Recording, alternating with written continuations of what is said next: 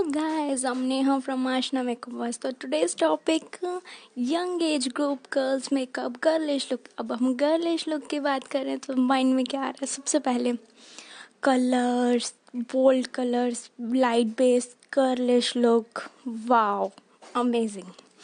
तो girlish look में हम बोल्ड कलर्स दे सकते हैं, नियॉन शेड्स दे सकते हैं, फैंटेसी मेकअप दे सकते हैं। फैंटेसी मेकअप में भी बोल्ड आई मेकअप आजकल हर कोई कैरी कर रहा है। Cool warm colour combination best is a magical combination.